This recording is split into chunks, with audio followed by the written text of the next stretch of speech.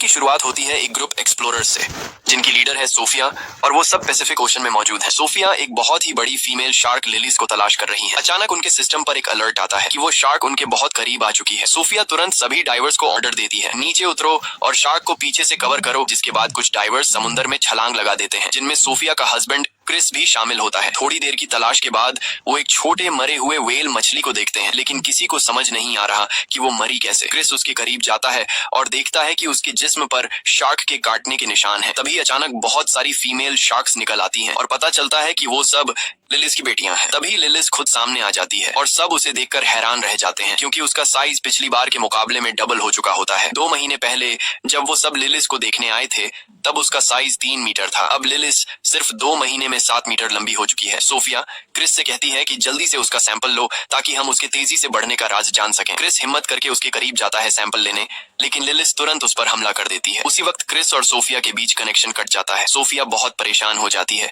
और खुद समुद्र में उतर जाती है, ताकि अपने हस्बैंड को ढूंढ सके। वो जैसे ही नीचे जाती है, उसे क्रिस का कटा हुआ बाजू मिलता है और वहां और किसी डाइवर का कोई नामो निशान नहीं होता। वो समझ जाती है कि वो सब शार्क की खुराक बन चुके हैं, मगर वो हिम्मत नहीं हारती और फैसला करती है कि किसी तरह उस शार्क से सैंपल लेकर ही रहेगी। वो लिलिस के करीब पहुंचती है और सैंपल लेने की कोशिश करती है, लेकिन शार्क उस पर भी हमला कर देती है। सोफिया खुशकिस्मती से एक जाल में फंस जाती है, लेकिन शार्क जाल को खींचती हुई समुद्र की गहराइयों में ले जाती है। किसी तरह से वो जाल से निकलने में कामयाब हो जाती है और खुद को बचा लेती है। फिर 3 साल बीत जाते हैं और हम पहुंचते हैं पेरिस, जहां 2 नौजवान लड़के सीन नदी में मछलियां पकड़ रहे होते हैं। लेकिन अचानक उनके जाल में एक बम आ जाता है। ये देखकर वो दोनों लड़के पुलिस को इस बम की खबर देते हैं। बम की खबर सुनकर रिपोर्टर्स भी वहां आ जाते हैं। तभी पुलिस आकर लोगों को समझाती है कि वर्ल्ड वॉर 2 के दौरान यहाँ शेल्स और मिसाइल्स रखी गई थी, इसलिए डरने की कोई जरूरत नहीं है। यहाँ अक्सर बम मिलते रहते हैं और जब तक हम यहाँ हैं कुछ नहीं होगा। लोगों को यकीन दिलाया जाता है कि नदी सुरक्षित है। फिर हम पहुंचते हैं व्हेल कंजर्वेशन सेंटर, जहां हमें सोफिया दिखाई देती है। अब सोफिया ने शार्क पर रिसर्च करना बंद कर दिया है और अब वो बच्चों को मछलियों के बारे में जानकारी देती है। लेक्चर के दौरान उसे महसूस होता है कि कुछ लड़के उसका मजाक उड़ा रहे हैं। वो कह रहे होते हैं, कहाँ है वो सैंपल जो तुम्हारे हस्बैंड ने लाया था? क्या वो शार्क उसे मारकर सिर्फ सैंपल ही छोड़ गई? सोफिया बहुत दुखी हो जाती है और लेक्चर छोड़कर बाहर निकल जाती है। तभी एक लड़की नोरा उसे रोकती है और कहती है, मैं तुम्हारी सबसे बड़ी फैन हूँ। मैं तुम्हारे सारे रिसर्चेस को फॉलो करती हूँ, खासकर शार्क वाले। सोफिया कहती है, मैंने वो सब रिसर्च उसी दिन छोड़ दिए थे जब मेरे हस्बैंड की मौत हुई। उन दिनों की याद मत दिलाओ, मुझे तकलीफ होती है। वो जाने लगती है, लेकिन नोरा कहती है, मैंने पता लगाया है कि तुमने लिलीज के शरीर में एक ट्रैकर डिवाइस लगाई थी। सोफिया हैरान रह जाती है। इसके बाद नोरा उसे अपनी ऑर्गेनाइजेशन ले जाती है ताकि डिटेल में बात कर सके। हमें पता चलता है कि नोरा ने समुद्री जीवों को बचाने के लिए एक ऑर्गेनाइजेशन बनाई है। वो समुद्र में रहने वाले जानवरों से बेहद प्यार करती है। नोरा सोफिया को बताती है कि उसने पिछले 3 साल से लिलीज की मॉनिटरिंग की है और कहती है, सोफिया तुम्हें ये पता नहीं होगा कि लिली सब सीन नदी में है। सोफिया हैरान रह जाती है और कहती है, ये नामुमकिन है क्योंकि शार्क फ्रेश वाटर में जिंदा नहीं रह सकती। नोरा बताती है कि क्लाइमेट चेंज और पॉल्यूशन ने लिलीज की नेचर को बदल दिया है और अब वो इस माहौल में भी जीने के काबिल हो गई है। हमारे ग्रुप की कोशिश है कि उसे वापस समुद्र में भेज दें, वरना वो किसी भी वक्त मर सकती है। नोरा कहती है, मैं आज रात डाइव करने वाली हूँ, तुम भी साथ चलो। सोफिया हम दोनों शार्क को देखते हैं और उसे उसके घर वापस ले जाते हैं। सोफिया कहती है, क्या डाइव? तुम्हें क्या लगता है ये इतना आसान है? ये बहुत ज्यादा रिस्की है। ऐसा करने से तुम्हारी जान जा सकती है। ये कोई आम सी मछली नहीं, ये दुनिया की सबसे खतरनाक शार्क है। सोफिया वहां से निकलकर अपने घर पहुंचती है। घर जाकर वो अपने हस्बैंड के आखिरी मिशन की वीडियोस देखती है और वो रो पड़ती है, क्योंकि उसी ने अपनी टीम से कहा था कि वो इस मिशन में उनके साथ है। वो गिल्टी फील कर रही होती है क्योंकि वो सब उसकी वजह से मारे गए। दूसरी तरफ हम देखते हैं कि नोरा अपनी दोस्त बिन के साथ सीन नदी में एक बोट पर होती है। नोरा कहती है, क्या तू मेरे साथ नहीं उतरेगी? बिन पानी में उतरने से इनकार कर देती है और कहती है, तू जा, मैं यहाँ तेरा ध्यान रखती हूँ। नोरा अकेले ही पानी में उतरती है और लिलीज को हर जगह ढूंढती है। दूसरी ओर सोफिया सिस्टम में लिलीज की मूवमेंट्स ट्रैक कर रही होती है। वो देखती है कि शार्क नोरा की तरफ बढ़ रही है, जिसके बाद वो पुलिस को कॉल करती है और बताती है कि नोरा अकेले रिवर के पानी में शार्क को ढूंढने गई है। नोरा अब भी शार्क को तलाश रही होती है। फिर वो एक कार के करीब जाती है जिस पर शार्क के अटैक के निशान होते हैं। उसी वक्त उसे पुलिस के सायरन की आवाज आती है, तो वो समझ जाती है कि पुलिस नदी तक पहुंच गई है। वो फौरन पानी से बाहर आती है और भागने की कोशिश करती है, मगर पुलिस उसे पकड़ लेती है क्योंकि इस रिवर में डाइविंग मना है। सोफिया भी उसी वक्त वहां पहुंच जाती है और नोरा को पुलिस के हाथों गिरफ्तार होते हुए देखती है, मगर वो कुछ नहीं कर सकती। पूरी रात वो नदी के पास खड़ी रहती है लिलीज की मूवमेंट्स को ट्रैक करने के लिए। अगले दिन नोरा अब भी पुलिस स्टेशन में होती है, क्योंकि वो कुछ भी बोलने को तैयार नहीं होती कि वो नदी में क्यों गई थी। वो सिर्फ कहती है, बस यार मैं तो नहाने गई थी। इंस्पेक्टर का नाम आदिल होता है। वो कहता है तुम यहाँ से बाहर तभी निकलोगी जब सच बोलोगी। नहाने की कहानी छोड़ो, हमें बेवकूफ समझा है क्या? नोरा कहती है सुनो भाई, मैं शार्क ढूंढने गई थी। आदिल हंसता है क्या तू मेरे साथ मजाक कर रही है? नदी में शार्क? ये तो जहरीला पानी है। और फिर वो यहाँ आई कहाँ से? तुमने मुझे बेवकूफ समझा है? नोरा कहती है मेरा यकीन करो, मैं पानी में शार्क को ढूंढने गई थी, लेकिन अफसर मानने को तैयार नहीं था। दूसरी तरफ सोफिया अब भी उसी जगह पर मौजूद होती है जहां कल रात थी। शार्क की मूवमेंट्स को देख रही होती है और वो काफी नर्वस और डरी हुई होती है क्योंकि शार्क उसके बहुत करीब होती है। तभी उसे पुलिस स्टेशन से कॉल आती है और उसे अपने ऑफिस बुलाया जाता है। वहां जाकर उसे पता चलता है कि ये कॉल नोरा की रिक्वेस्ट पर की गई थी ताकि वो ये प्रूव कर सके कि शार्क वाकई नदी में है। तभी पुलिस को एक लाश मिलती है नदी के किनारे से। सोफिया लाश की हालत देखकर डर जाती है क्योंकि लाश का आधा हिस्सा गायब था, जैसे उसे किसी बड़े जानवर ने काटा हो। सोफिया कहती है ये काम तो शार्क का ही लगता है। फिर वो पुलिस स्टेशन जाती है और एक लेडी इन्वेस्टिगेटर को सारी जानकारी देती है जो वो लिलीज के बारे में जानती थी। वो ये भी बताती है कि ये शार्क बहुत खतरनाक है, जैसा कि तुम लोग समझ रहे हो वैसी नहीं। इसका साइज बहुत तेजी से बढ़ रहा है और हमें एक एक्सपर्ट टीम चाहिए ताकि हम शार्क को उसके असली समुद्र में वापस ले जा सकें, वरना अगर ये नदी में रही तो किसी भी वक्त मर सकती है। लेकिन वही नोरा को लगता है कि सोफिया और ऑफिसर शार्क को मारने वाले हैं, इसलिए अब नोरा शार्क को बचाने के काम पर लग जाती है और ऑफिसर सोफिया और अदिल को ऑर्डर देती है कि शार्क को सेफ तरीके से समुद्र में पहुंचाया जाए। फिर सोफिया डाइवर्स की टीम के साथ सीन नदी पहुंचती है ताकि शार्क को पकड़ सके। दूसरी तरफ नोरा भी चुपचाप उनका पीछा करती है और दूर से शार्क की मूवमेंट्स को देखती रहती है। सोफिया और उसकी टीम ट्रैकर के जरिए लिलीज की लोकेशन फिक्स कर लेते हैं। डाइवर्स जल्दी से सूट पहन के नदी में उतर जाते हैं। नोरा को लगता है कि वो लिलीज को मार देंगे तो फौरन अपनी दोस्त बिन को कॉल करती है और कहती है कि वो ट्रैकर सिस्टम हैक कर दे ताकि डाइवर्स शार्क की लोकेशन ट्रेस न कर सकें। बिन उसकी बात मान लेती है और सिस्टम बंद कर देती है। तभी डाइवर्स पानी में लिलीज को तलाश करते रहते हैं और वो लिलीज के काफी करीब होते हैं। उन्हें उसकी मूवमेंट का एहसास होने लगता है। तभी ट्रैकर अचानक बंद हो जाता है और वो उसका लोकेशन नहीं जान पाते। वो सब जल्दी से ऊपर आ जाते हैं इससे पहले कि शार्क उन्हें मार डाले। आदिल हैरान रह जाता है कि ट्रैकर अचानक कैसे बंद हो गया और वो सोफिया से कहता है मुझे लग रहा है कि ये सब तुम्हारा किया धरा है। कसम से अगर कंफर्म हो गया कि तूने ये किया है तो ये तेरे लिए जिंदगी का आखिरी दिन होगा। सोफिया उसकी बातों से नाराज हो जाती है और वहां से चली जाती है और इत्तेफाक से वो नोरा को दूर से देखती है जो छुप के सब कुछ देख रही होती है। तो वो फौरन समझ जाती है कि उसी ने ट्रैकर का सिस्टम खराब किया है। रात को आदिल अपनी अफसर से बात कर रहा होता है और कहता है कि हमें दरिया के आसपास सब रुकावटें लगा देनी चाहिए जब तक हम उस शार्क तक नहीं पहुंचते। तो वो कहती है कि हम नदी का किनारा बंद नहीं कर सकते क्योंकि कुछ दिनों बाद यहाँ एक बहुत बड़ा रेस फेस्टिवल शुरू होने वाला है जिसे हम किसी भी हालत में रद्द नहीं कर सकते। पता चलता है कि ये फेस्टिवल एक बड़ी स्विमिंग रेस है जो सीन नदी में होने वाली है और इसमें देश के सबसे प्रोफेशनल स्विमर हिस्सा लेने वाले हैं। जाहिर है कि सिटी मेयर इस फेस्टिवल को कैंसिल नहीं करेगी क्योंकि इस पर $1 अरब से ज्यादा डॉलर खर्च हो चुके हैं। आदिल बहुत मायूस हो जाता है और सोफिया के बारे में सर्च करता है और उसे सब कुछ पता चल जाता है कि उसके आखिरी मिशन के बाद क्या हुआ था। उसका हस्बैंड और पूरी टीम मर गई और वो अब भी खुद को कसूरवार मानती है। आदिल बहुत दुखी होता है कि उसने उसके साथ सख्त बात की और उसे नाराज करके भेज दिया। अगले दिन नूरा एक वीडियो बनाती है जिसमें वो शार्क के साथ हो रहे जुल्म पर बात करती है। वो कहती है कि हर साल लाखों शार्क मार दी जाती हैं ताकि ब्यूटी प्रोडक्ट्स और अमीरों के खाने बन सकें।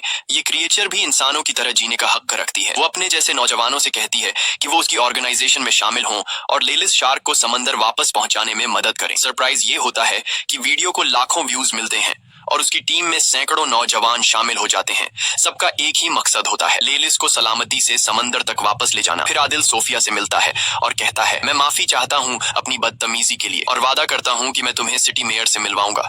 तुम उसे सब कुछ समझाओ। जिसके बाद आदिल सोफिया को मेयर से मिलवाने ले जाता है। सोफिया मेयर को सारा किस्सा सुनाती है और स्विमिंग रेस बंद करवाने की रिक्वेस्ट करती है, मगर मेयर कहती है कि हजारों फौजी वहां पर मौजूद होंगे और फेस्टिवल अपने टाइम पर ही स्टार्ट होगा, कोई शोर शराबा नहीं चाहिए। सोफिया गुस्से में आकर कहती है ये फेस्टिवल कैंसिल होना चाहिए वरना तुम सैकड़ों लोगों को मौत के मुंह में भेज दोगी। अगर वो लोग नदी में उतरे तो लेलिस एक एक करके सबको खा जाएगी और तुम्हें अंदाजा भी नहीं है कि लेलिस दुनिया की सबसे खतरनाक शार्क है जिसे कोई भी काबू नहीं कर सकता। मेयर कहती है देखो बहन, साफ साफ बात सुन लो, फेस्टिवल कैंसिल नहीं होगा, सरकार ने $1 मिलियन खर्च किए हैं इस पर। फिर मेयर पुलिस को ऑर्डर देती है कि किसी भी कीमत पर उस शार्क को मार दिया जाए। पुलिस सोफिया से मदद मांगती है तो सोफिया कहती है मैं एक प्लान बनाऊंगी कि हम उसे नदी से निकालकर समंदर ले जाएं, मगर उसे मारा नहीं जाएगा। वो एक प्लान बनाती है जिसमें खास फ्रीक्वेंसीज के जरिए शार्क को ट्रैप किया जाएगा और थोड़ी देर के लिए बेहोश करके उसे समंदर में शिफ्ट कर दिया जाएगा। मगर प्लान शुरू होने से पहले बेन आ जाती है और वो मान जाती है कि उसने ही ट्रैकर सिस्टम खराब किया था और अब उसे पछतावा हो रहा है।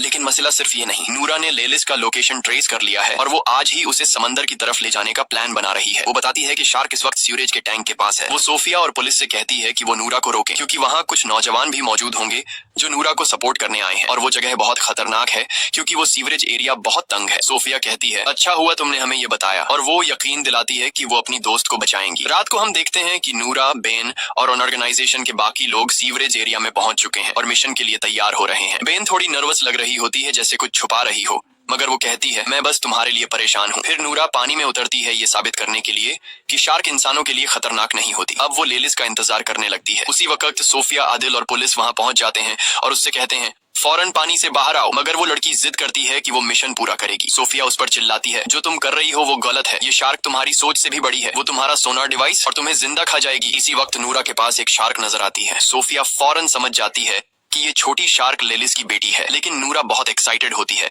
और शार्क के करीब जाती है और उसे छूने लगती है ताकि सोनार डिवाइस से उसका पता लगा सके। तभी अचानक आदिल पानी में छलांग लगा देता है ताकि नूरा को बचा सके, लेकिन अचानक शार्क गुस्से में आ जाती है और नूरा पर हमला कर देती है और उसे निगल जाती है। उसी समय पूरे इलाके में हलचल मच जाती है और सभी नौजवान डर के मारे वहां से भागते हैं और उनका जो फालतू सा प्लान था शार्क्स को बचाने का, वो इन्हें ले डूबता है। अब हर एक बंदा खुद को बचाने की कोशिश में लगा हुआ था, लेकिन बदकिस्मती से जगह तंग होती है और काफी लोग पानी में गिर जाते हैं और लेलिस और उसकी बेटी उन्हें मार देती है। हर तरफ पानी में इंसानों के टुकड़े नजर आ रहे थे। सारा पानी खून से लाल हो गया था। जैसे तैसे करके स्विमर थोड़े बहुत लोगों को बचा लेते हैं, लेकिन ज्यादातर लोग वो होते हैं जिनके हाथ या टांगें कट चुकी होती हैं, यानी वो सिर्फ बचा हुआ शरीर वापस ले आते हैं। फिर सब जख्मियों को पीरिस के हॉस्पिटल ले जाया जाता है, जहां सोफिया शौक में खड़ी होती है और यकीन नहीं कर पा रही होती कि क्या हुआ। वो रोने लगती है, अपने शौहर और पुरानी टीम को याद करती है। तभी आदिल उसके पास बैठता है और उसे तसल्ली देता है। कुछ देर बाद आदिल और सोफिया को सीवरेज एरिया में बुलाया जाता है। जब वो वहां पहुंचते हैं